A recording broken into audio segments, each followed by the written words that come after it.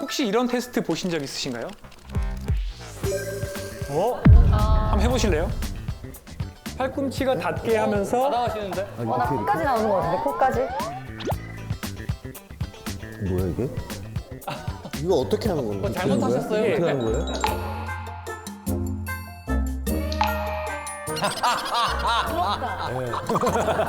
선생님 한번 보여주시면 안 됩니까? 보자. 얼마나 올라가나 보자. 한번 보여주세요. 아, 네네. 저는 되게 안 됩니다. 저는 이런 걸로는 신체 나이를 알 수가 없습니다. 그죠? 아 이거 인터넷에 떠도는 테스트 방법이에요. 네. 그런데 상처될 뻔했다. 사실 젊은 사람들은 대부분 숫자 나이가 생물학적 나이와 비슷하기 때문에 그 갭이 적어서 내 숫자 나이가 23세라고 하면 예를 들어서 신체 나이도 23세와 가깝다고 보시면 되고요. 그런데 자기의 숫자 나이보다 몸 나이, 그러니까 진짜 생물학적인 나이가 더 빠르게 많아지는 현상을 이제 가속노화라고 합니다. 2013년에 스티브 호바스라는 분이 사람에서 피를 뽑아서 생물학적인 나이를 잴 수 있는 방법을 개발했는데 자기의 숫자 나이보다 생물학적인 나이가 얼마나 전진되어 있는지를 이제 알 수가 있게 된 거죠. 그래서 어떤 사람은 1배속으로 나이가 들고 있고 어떤 분들은 이런 것들이 이제 빨리 가고 있는 분들이 일종의 가속노화를 경험을 하는 거라고 볼 수가 있죠. 근데 선생님 질문이 있는데요. 네. 저희가 이제 동갑이잖아요, 선생님이랑 네. 저랑. 근데 누가 봐도 제가 동생 같잖아요. 그렇죠.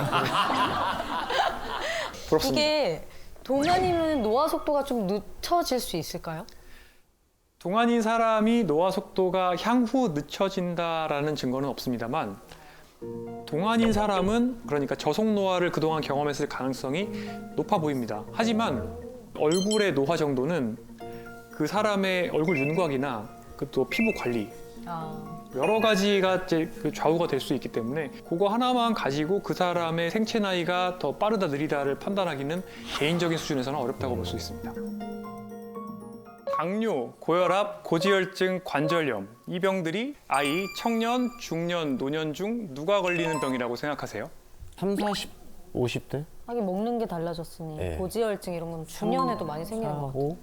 네, 원래는 어르신들이 걸리는 병이라고 생각을 했습니다. 그리고 요즘에는 이제 중장년층의 병, 성인병이라고 얘기를 많이 했었죠. 이런 당뇨, 고혈압이 최근에는 20, 30대에서 굉장히 빠르게 증가하고 있다고 합니다. 우와, 너무 빠르다. 지난 10년 동안 5, 60대에서 당뇨 증가율이 한 69% 정도가 됐다고 하는데 하지만 20, 30대에서는 73%, 약간 더 많이 더 빠른 속도로 증가를 했습니다. 또 고혈압은 50대, 60대가 33% 정도 증가했는데 20, 30대는 45%가 증가했다고 합니다. 의료 현장에서는 50견이라는 말을 안 쓰고 이제는 20견 환자가 늘고 있다, 뭐 이런 이야기도 하고 있습니다. 우리나라뿐만 아니라 전 세계적으로 생활 습관들이 굉장히 나빠지게 되면서 이제 가속노화 위험에 놓인 20, 30대가 점점 늘고 부모님보다 오히려 건강하지 못한 세대가 될 수 있다는 이런 경고의 목소리가 나오고 있습니다. 무섭다. 자, 그럼 과연 무엇이 MZ들을 숫자 나이보다 더 늙게 가속노화를 시키는 걸까요? 잘못된 식습관과 불규칙한 수면 습관? 정답인데요? 엄마한테 들었던데.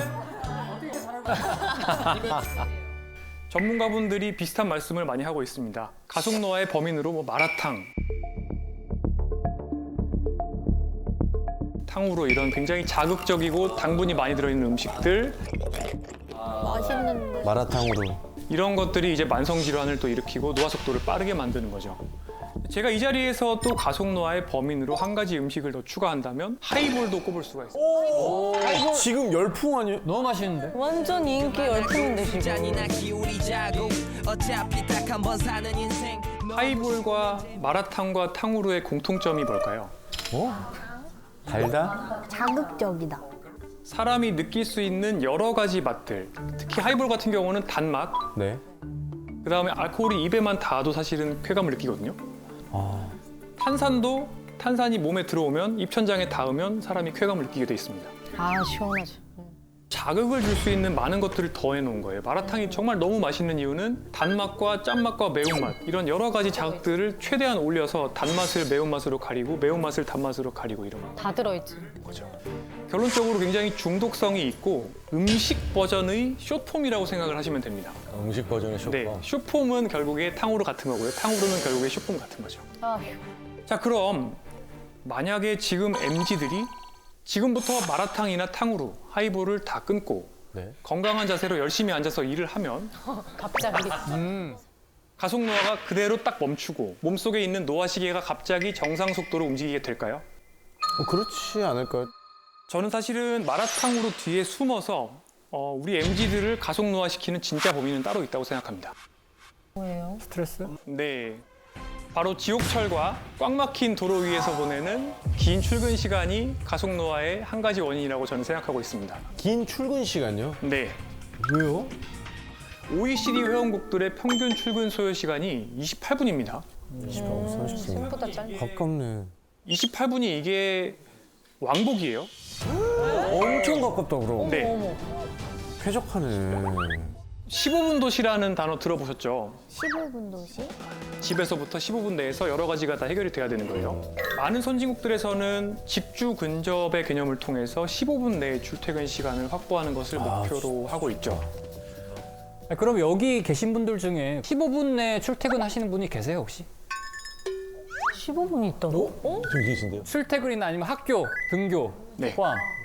진짜 이분들 꽤 중에 있으시네. 5분도 안 되시는 것 같은데. 그렇죠. 제가 오늘 이 자리에 오신 분들의 출근 시간을 미리 확인해 봤는데요. 네. 1시간 32분 편도 또는 1시간 12분 정도로 멀리서 오셨네. 우리나라는 OECD 회원국 중에 가장 긴 출근 시간을 보였습니다. 사실 이제 제 말씀을 좀 드리면 저도 원래는 장거리 출근러였습니다. 제가 부천에서 분당까지 출퇴근을 한 적이 있었는데, 네, 이게 하루에 최대 5시까지 이제 출퇴근 시간을 쓴 적도 5시간. 있었고요. 집에서 5시 때 이제 나와서 한 병원에서 한 12시간 정도 근무를 하고, 그리고 차 다 잘 빠질 때쯤 밤 10시쯤 이제 퇴근을 시작을 합니다. 아휴. 그리고 집에 가서 소주 한 병을 꼭 같이 삽니다. 본인이 하지 말라는 거를 본인이 하시고 이렇게. 네, 맞습니다. 제가 아주 뭐 이렇게 승려처럼 산다고 생각하시는 분들이 많아요. 근데 근데 들어보니까 되게 빨리 늙으실 것 같은데. 부끄럽습니다. 네, 그래서 딱 집에 들어가서 이게 다 먹은 다음에 거의 때려 마시는 거죠. 자려고 드시는 예, 거예요? 지금 빨리 자야 되니까. 그러고서는 이제 아침에 일어나서 그걸 반복을 하는 거죠. 결론적으로는 이제 몸이 이제 점점 붓기 시작하고 코골이도 생기고 고혈압도 생기고 목 디스크도 생기고 딱 6개월 하고 그 직장을 떠났습니다. 네, 이직을 선택한 거죠. 결론적으로 이제 너무 긴 출퇴근 시간 때문에 많은 분들이 수면에 부족이 생기고 만성 피로가 생기고 또 이런 것들이 악순환을 만들죠. 그렇네. 그러면은 이게 출퇴근할 때 가장 이상적인 시간은 어느 정도 될까요? 제가 생각하기에는 최소한 7, 8시간 정도의 수면 시간이 지켜질 수 있는 정도의 출퇴근 시간이 가속 노화에 영향을 주지 않는 적당한 출퇴근 시간이라고 생각을 합니다. 아, 진짜 좋다. 좋다. 제가 좀 답답한 면이 있습니다. 젊은 분들은 그린벨트 바깥에 나가서 수도권에 살면서 애 둘을 낳고 서울로 출퇴근해라라는 게 그동안 지난 10년 동안 부동산 정책의 기조였잖아요. 그런 상황에서 제 생각에는 집에 오면은 제가 경험했던 것처럼 당장 급하게 먹고 자기 바쁩니다. 그 상황에서 내가 건강하게 음식을 요리를 하고 상을 차리고 다양한 재료를 먹고 이렇게 할 힘이 없습니다. 그래서 결론적으로는 간단하게 빠르게 또 먹을 수 있는 배달 음식을 먹게 되고 더 자극적인 음식을 먹게 됩니다. 그러고 나서 이제 나의 등과 침대는 일체화가 됩니다. 핸드폰하고 여기서 그렇죠. 이 자세로. 핸드폰으로 이제 쇼츠를 쭉 보는 거죠. 쇼츠는 또 슬롯 머신 같기 때문에 나한테 딱 맞는 알고리즘이 네. 가장 내가 좋아하는 도파민이 나오는 것들을 끊임없이 추천을 해줍니다. 그러니까 이런 도파민들을 즐기다 보면 벌써 자정이 넘습니다. 그 상황에서 아이를 가질 수 있을까요? 아, 쉽지 않을 것 같아요. 여유가 없을 것 같아요. 마음의 여유도 그렇고 힘들죠. 물리적으로도 그렇고. 어떻게 보면은 이 가속 노화는 저는 그래서 우리나라의 저출산, 저출생 문제와도 엮여 있다고 생각을 하고 있습니다.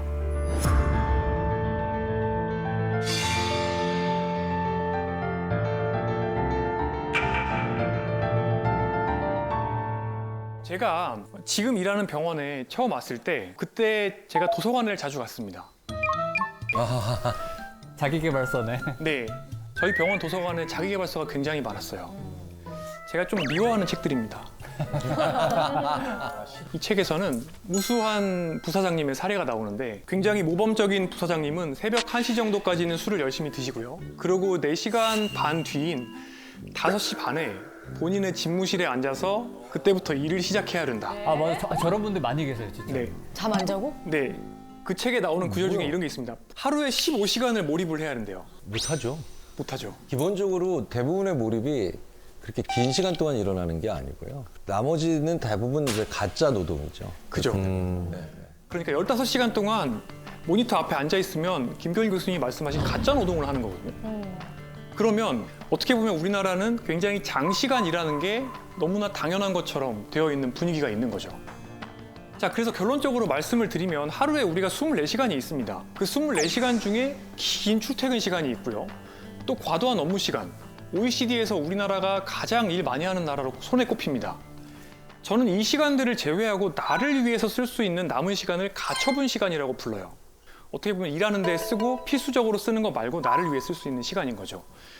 실은 이 가처분 시간을 활용을 해서 건강하게 자고 먹고 운동을 하는 게 결국에 가속노화를 막는 방법이에요. 저한테 이제 악플 다는 분들이 있거든요. 뭐라고 달아? 뭐라고 달길래? 아, 그게 내가 몰라서 못하냐. 맞는 말씀입니다.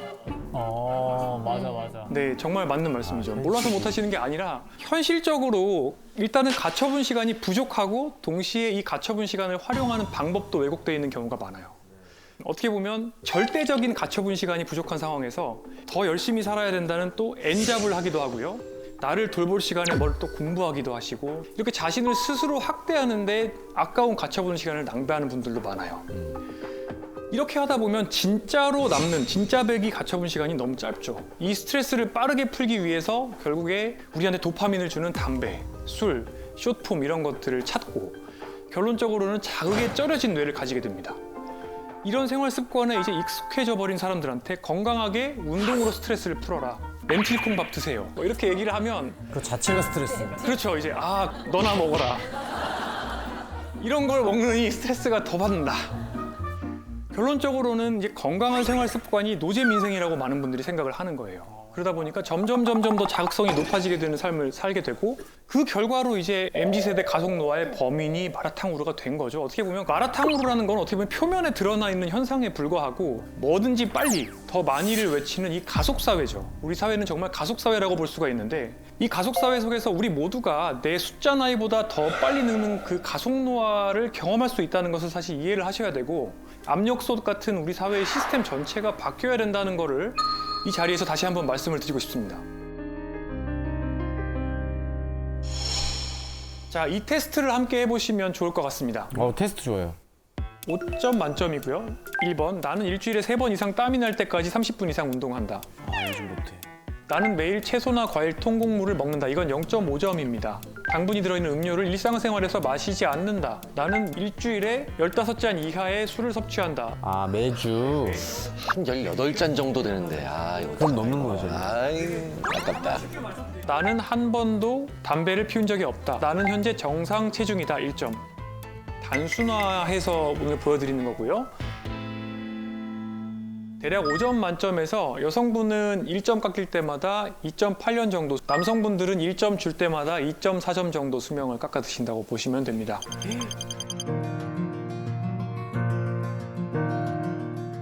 우와. 저는 5점이에요. 재수 없죠. 어머. 근데 저의 체지방률은 15% 미만입니다. 재수 없으니까 그만하겠습니다.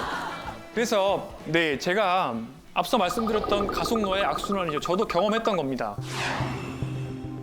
어디서부터 시작이 어딥니까? 그러니까 어디가 시작이야 이게?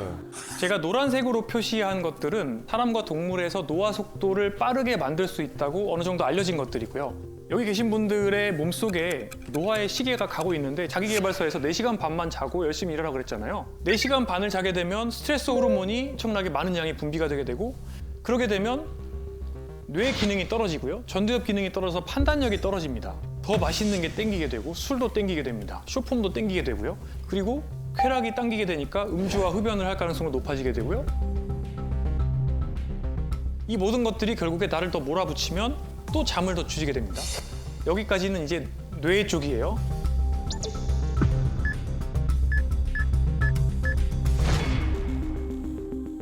대사 쪽을 봐보죠. 단순당과 정제국물이 잔뜩 들어있는 가속노화 식사를 하시게 되면 근육은 빠지고요. 지방은 늘어납니다. 이런 지방들은 정상적으로 우리가 가지고 있어야 되는 피하 지방이 아니라 대사적으로 안 좋은 지방이고 염증 물질을 만드는 지방이에요. 이 염증 물질은 근육을 녹입니다. 스트레스 호르몬도 근육을 녹입니다. 결론적으로 팔다리가 가늘어지고 배가 나오는 ET 체형이 됩니다. 아휴. ET 체형이 되면은 만성 질환이 생깁니다. 인슐린 저항성이 생기고 혈압이 오르고 몸속에 노화 세포가 늘어나게 되고 이 모든 변화는 여러 가지 노화의 액셀러레이터를 밟아서 노화 시기가 가속되게 되고요. 이 모든 것들이 뱅글뱅글 돌기 때문에 우리가 노화 속도를 관리하려고 하면 여기에 있는 모든 것들을 동시에 다 관리를 해주셔야 됩니다. 어떻게 다 오늘 RT 제가 달겠습니다. 그걸 몰라서 지금까지 내가 그런데 이게 결론적으로는 악순환을 만들 수도 있고 반대로 이제 선순환을 만들 수도 있습니다. 지금 노란색으로 표시한 요소들을 다 관리를 하시게 되면 40대 남성 기준으로 수명이 20년 정도 늘어나는 효과가 있어요. 와. 이미 가속노화를 경험하신 분들도 생활습관 교정을 조금만 하시게 되면 한 2달 정도만 노력하시면 생물학적인 나이, 신체 나이가 3년 정도 젊어진다 이런 데이터도 있습니다. 자, 건강을 위해서 해야 될 거 한 가지가 뭐냐? 운동입니다. 걷기나 달리기, 유산소 운동이 좋다는 건 상식이고요. 저는 오늘 그것 말고 좀 다른 제안을 하려고 합니다. 운동을 하실 때 특히 남자분들은 상체 위주로 운동을 많이 해요. 우락부락한 거 만들려고 상체 위주로 피트니스, 헬스 운동을 많이 하는데 그게 의학적으로 바람직한가? 아닙니다. 왜냐하면 이 상체는요, 근섬유의 길이도 짧고 부피가 얼마 안 돼요. 그래서 이걸 키워갖고 내가 원하는 근육의 건강 효과를 충분히 못 누립니다. 그리고 오히려 부상을 입을 확률이 높다. 왜냐하면 상체에 있는 관절이 약합니다. 특히 어깨 관절. 보시면 이 사진이 아주 충격적이죠. 네, 아놀드하고 이제 스탈론이잖아요. 우리 시대를 대표하는 근육맨들이에요. 그런데 이 두 분이 몇 년 전에 우연의 일치로 LA에 있는 똑같은 병원에 입원하신 거예요. 둘 다 어깨가 나갔어요. 어머, 진짜요? 뭘 의미하죠? 이거 막 이렇게 막 드는 거 조심해야 돼요. 이런 분들도 다친다. 또 이렇게 막 근육 좋은 분들 중에 디스크 환자도 굉장히 많습니다. 맞아요. 아, 이렇게 근육이 좋은데 허리가 아파서 맨날 왜 그러죠? 잘못된 방법으로 운동하니까. 이거 MRI 사진이거든요. 이렇게 사람이 옆에 있으면 이렇게 찍어갖고 척추를 찍은 건데요. 이게 제 겁니다, 제 거. 네, 보시면 여기 보면 척추마디에 불룩하게 뭐가 튀어나온 게 보이죠. 이 보이잖아요, 뚜렷하게. 요 하얀 게 신경인데 여기도 튀어나와 있네요. 여기 세 군데가 눌려 있다는 얘기예요. 뇌척수액 검사라는 게 있어요. 이제 이 뇌척수액이 척추 사이로 얼마나 잘 흐르는가. 여기 보시면 원래 이게 하얗게 쭉 다 나와야 정상인데 여기 이렇게 꺼멓게 돼 있잖아요. 저 위도. 무슨 얘기냐면 디스크가 튀어나와서 여기서 이렇게 흐르지를 못하는 거예요. 막혀 있는 겁니다. 제가 이렇게 엉망입니다, 사실은. 아주 심한 디스크죠. 실제로 제가 한 20년 전에 수술도 받았고요. 그러면 어떻게 운동을 해야 하느냐? 어떤 분들은 뭐 그렇게 표현하대요. 네, 인류가 그동안 고안해낸 여러 가지 운동법 가운데 단 한 가지만 고른다면 그것이 바로 플랭크다. 네, 그 정도로 굉장히 좋은 운동입니다. 왜 플랭크가 건강에 도움을 주죠? 코어 운동이죠. 네, 코어 운동이 뭐예요? 척추 주변에 붙어 있는 큰 근육들이 있어요. 중심 근육이죠. 이 근육을 강화시키기 때문에. 그래서 이 플랭크를 틈나는 대로 해주시면 우리 이 몸통 큰 근육이 아주 단단해진다는 얘기예요. 이게 여러분들 허리가 아픈 분들에게는 가장 중요한 지침입니다. 많은 관절이 아픈 분들이요. 어디가 이렇게 삐끗하고 아프면 안 움직이려고 하고 어떤 분들은 그냥 복대 같은 걸 꽉 차고 그래요. 맞아요. 그런데 복대는 어떤 별명이 있죠? 친구로 만났다가 원수로 헤어진다. 그런 의학 격언이 있어요. 왜? 처음에 찰 때는 편안해요. 딱 고정을 시켜주니까. 그러면 나중에 어떤 문제가 생기죠?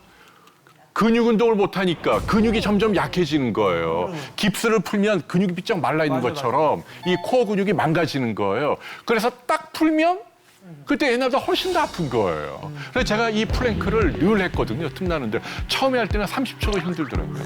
제가 지금 3분 하거든요. 보통 3분, 4분. 예, 3분씩 하고 틈나는 대로 뭐 하루에도 뭐 3번, 4번 헬스클럽에 가서도 하고 집에서도 TV 볼 때 좀 남사스럽긴 합니다만 뭐 이렇게 하고 막 보고 막 이래요. 그러니까 생활을 하세요. 이게 돈이 드나요? 무슨 특별한 기구가 필요하지도 않잖아요. 그리고 이건 등척성 운동이거든요. 가만히 이렇게 있는 거니까 이런 방식의 운동이 굉장히 부상을 줄이고 도움이 된다. 선생님 너무 지금 공감이 되는 게 저는 네. 사실 그 9개월 전에 디스크 수술을 했거든요. 아, 그렇구나. 입원을 했어요. 그래서 네. 실리콘을 이렇게 넣는 수술을 했는데 저희 장인어른께서 이제 예전에 헬스를 좀 하셔가지고 대회도 나가고 막 그러시니까 네. 허리 운동하는 데는 윗몸이 키가 최고라고. 아, 그거는 정말 가장 안 좋은 선택이었어요. 어떡해요. 왜 장인어른이 저를 허리를 나가게 하려고 그러죠? 아, 이 강연을 보셨어야 하는데 네, 안타깝네요. 덩치가 좋은 근육맨들이 허리가 아픈 이유가 과도한 이 싯업. 네, 윗몸 일으키기. 왜 그렇죠? 우리 인간은요, 척추가 이렇게 C자로 휘어져 있어야 디스크 압력이 제일 적고 좋은 자세예요. 근데 이걸 구부리니까 확 숙이니까. 그럼 마치 신용카드 아시죠? 신용카드를 이렇게 구부렸다 폈다 막 하면은 나중에 뚝 끊어지잖아요. 그럼 디스크가 깨지는 거예요. 그래서 실제로 뭐 미국의 뭐 사관학교나 이런 그 군대에 가면 윗몸 일으키기로 체력 검정하는 게 삭제됐다는 거예요. 전문가들이 그건 건강에 안 좋으니 하지 마시오. 그래서 크런치라 그러죠. 중간에 딱 멈추는 것까지만 하고 이걸 확 꺾으면 이 C 커브가 완전히 망가지거든요. 맞아, 여기 다 해야지만 인정해주고. 그렇게 하면 안 된다는 얘기예요. 저는 실제로 이 플랭크를 하면서 허리가 정말 많이 좋아졌고 지금은 전혀 아프지 않습니다. 선생님 네. 자세 한 번만 보여주세요. 그럴까요? 근데 어느 분이 좀 제가 좀 네. 예, 준비된 게 있습니다. 준비해오셨네. 네. 네? 저를 왜 보세요?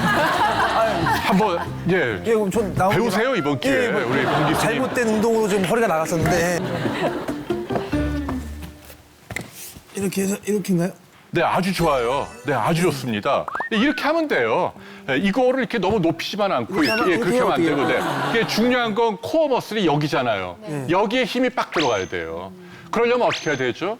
여기 팔에 힘을 빼는 게 중요하죠. 팔은 그냥 힘을 빼고 수동적으로 단 이게 지탱이 될 수 있게 골반부터 해서 이 목뼈까지 이 양쪽 좌우 근육이 딱 잡아주는 이런 자세를 해주시면 된다. 그러니까 처음에 한 30초? 예, 모으는 게 좋죠. 아, 모아야죠. 예, 모으는 게 좋죠. 그러니까 이 자세를 앞에다 이렇게 초치기를 놓고요. 내가 좀 뻐근하다고 하는 느낌이 들어야 돼요. 예, 그래야만 진짜 운동이 되는 거예요. 조금 힘들 때까지 시간을 계속 늘려가야 합니다. 왔어요.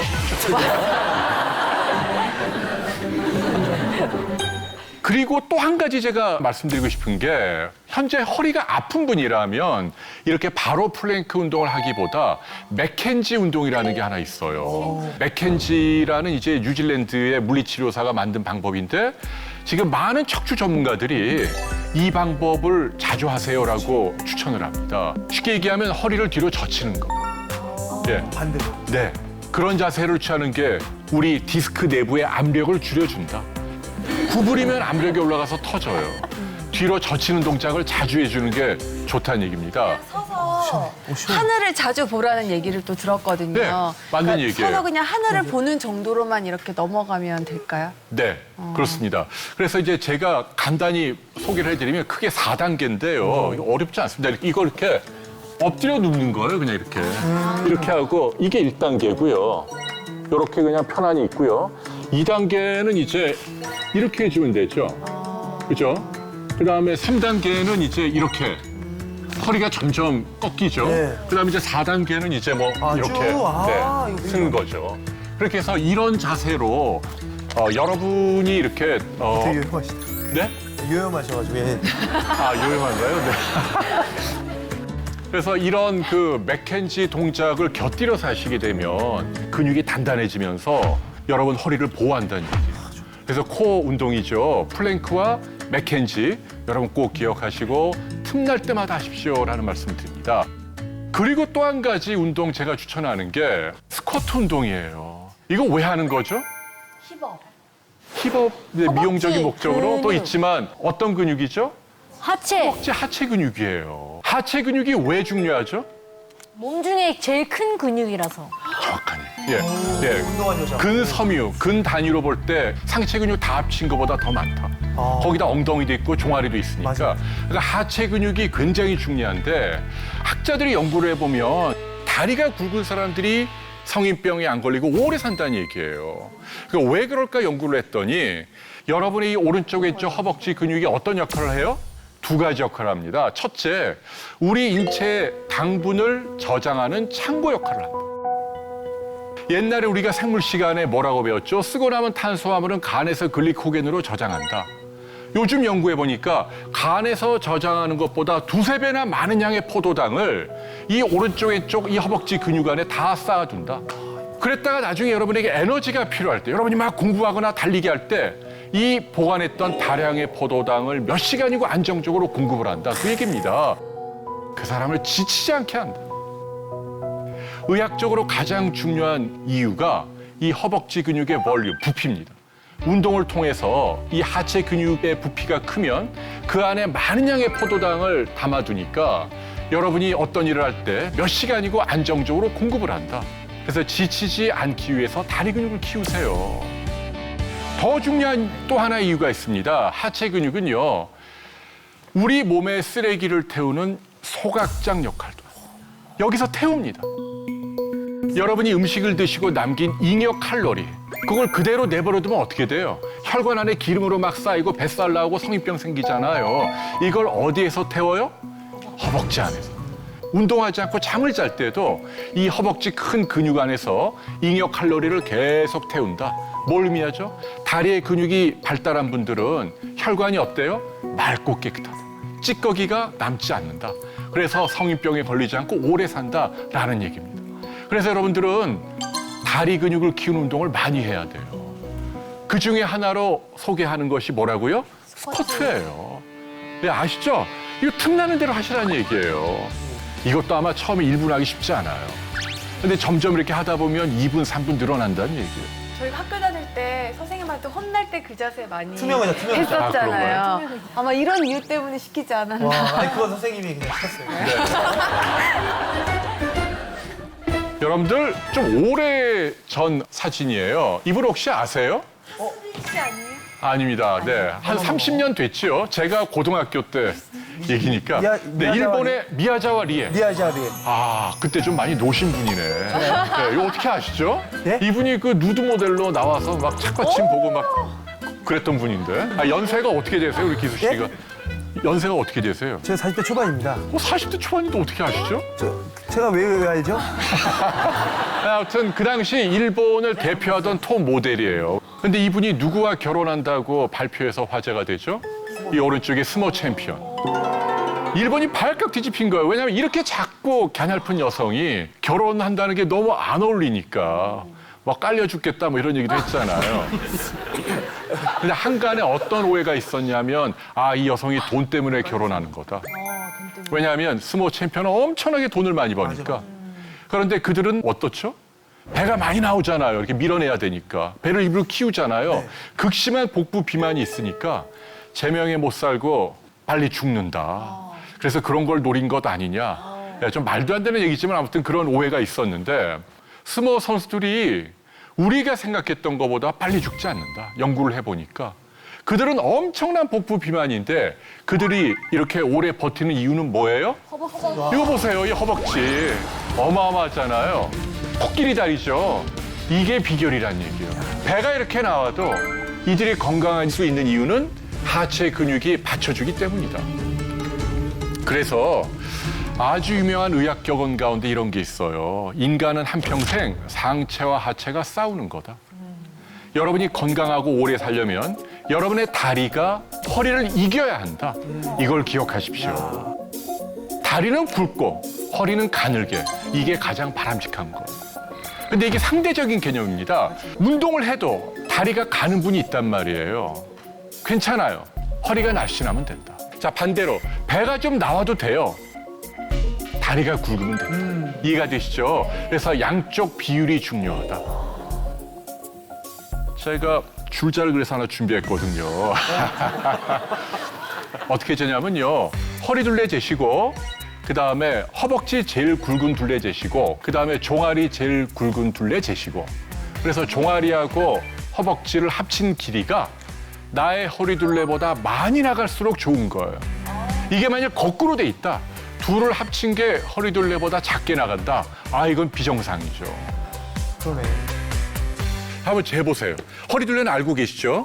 잘 몰라요. 그럼 한번 재보세요. 오늘 알 수 있겠다. 네, 요게 이제 센치예요. 이렇게 재고 한번 도와주시죠. 네.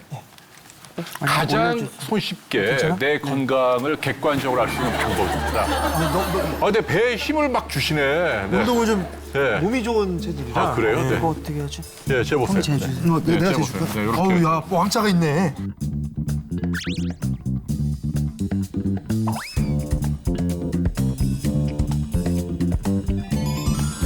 야, 허리가 33분밖에 안 되네. 와, 좋으시다. 그다음에 이제 왕자가 있어. 네, 여기 허벅지도 허벅지는 내가 해줄게. 좀 제일 굵은 대로, 더 위로 제일 굵은 대로. 알겠습니다. 제일 굵은 데로요? 네. 아, 잘했어. 아, 미안. 허리가 제일 굵어가지고. 네, 지금 뭐 허리 둘레가 32, 30. 오. 네. 21.5. 오, 훌륭한 거예요. 21.5. 그다음에 네. 종아리. 제일 종아리가 굵은 얇구나니까. 네.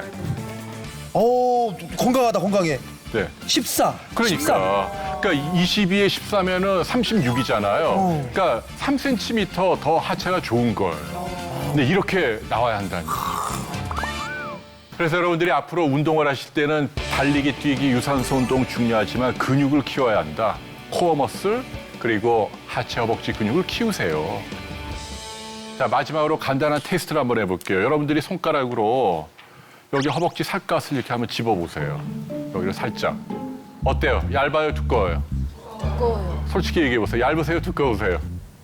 이거 얇아야 돼요? 두꺼워야 돼요? 두꺼워야 돼. 이게 얇아야 좋은 거예요. 얇아야죠. 근육이. 반대예요. 이거 얇아야 좋은 거예요. 두꺼워야 돼. 자, 왜 그렇죠? 이렇게 자꾸. 이건 뭐예요? 여러분 잡고 있는 이거는. 이건 지방이죠. 비계살. 네. 그러니까 다리가 굵어도 이게 두꺼워서 굵으면 안 돼요. 이건 얇고 그 안에 근육이 많아야 좋은 거예요. 백가죽도 한번. 예. 한번 집어보세요. 어때요? 두꺼우세요? 얇으세요?